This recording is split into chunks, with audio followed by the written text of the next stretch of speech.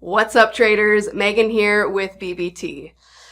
The account blow up, a rite of passage for some, and really just a truly terrible day for most. Like many traders, I blew up my first account. It was small, thankfully, but it was still painful and a huge setback for me. Here's the thing.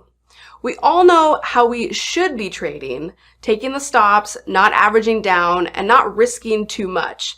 But what do we do when something else takes over? When we do everything we shouldn't and we blow up our account? Well, I have good news, and that is that this doesn't have to be the end of your trading career. So how do you bounce back if this happens to you? There are a few things we can do to not only bounce back, but hopefully prevent a future blowup from happening again. As a side note, previously I posted a video on recovering from a big loss, and I think you'll find some good tips in there as well. So I'll link that in the description below and be sure to check it out. All right, so first, take a break. Close your platform, walk away, and do not add more money to your trading account. I repeat, do not add more money to your trading account. You are not only in the worst frame of mind ever to be trading, and you probably won't be in the right frame of mind for a while after this. So just chill out. You will thank me later, I promise. And if you need to grieve the loss, grieve it, because blowing up your account is an emotionally distressing situation. Second, go back into the simulator and revisit your strategy. After I blew up my first account, I went back into the simulator for 6 months. 6 months. Yes, I spent 6 whole months making fake money, revisiting and rebuilding my strategy after already having been live. I can tell you one thing. My ego was not a big fan of that. But it was necessary.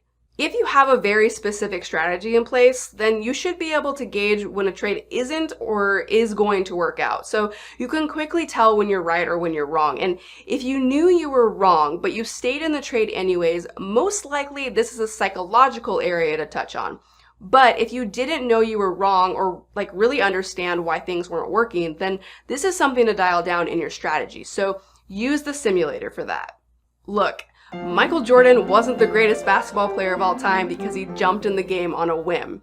He was the greatest because of the amount of time he spent practicing and developing his skills. The simulator is our off-season basketball court, so go shoot some freaking hoops and stay in there until you can gain consistency.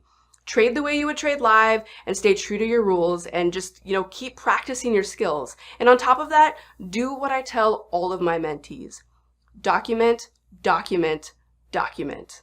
Third, look at your risk controls. As much as we'd like to stick to our plan and stop ourselves from spiraling out of control, some days there's just a circuit breaker error. We are humans, not robots. So as much as we'd like to probably be robots because it would be a little bit easier, we're just not. We have emotions, we have sleep deprivation, and a whole slew of other things that cause us to go absolutely berserk.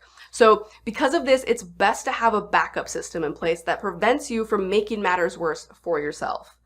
Think of it this way. Some people have a generator to power their home in times of a power outage. So having backup risk controls is pretty similar. Like when you blow up your account, it's basically because your brain kind of shuts down and you're running around in the dark.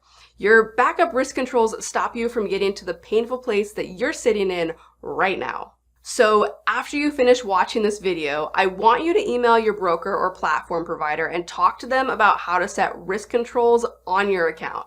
I'm talking max daily loss, max position loss, max this, max that.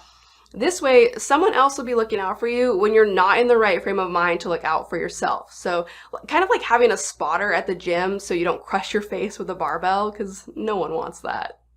Fourth, what was going on in your life when this happened? So the market is kind of a mirror for all of the personal things that we struggle with, like being right, not accepting losses or failure, not getting what we want, and so on. So find what else in your life sets you off and then see if you notice a pattern in your trading.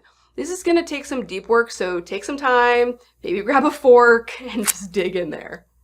Fifth, take the pressure off. So are you relying on trading to be your one and only source of income right now? And if so, it's possible, especially if you're new, that you are putting way too much pressure on yourself to make money.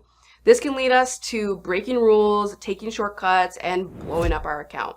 So if you're placing too much pressure on yourself, take some time off by getting a second job. I understand none of us want to do this, but if it takes the pressure off so that you can focus and grow at the pace you were meant to grow at, then there's really no harm in that.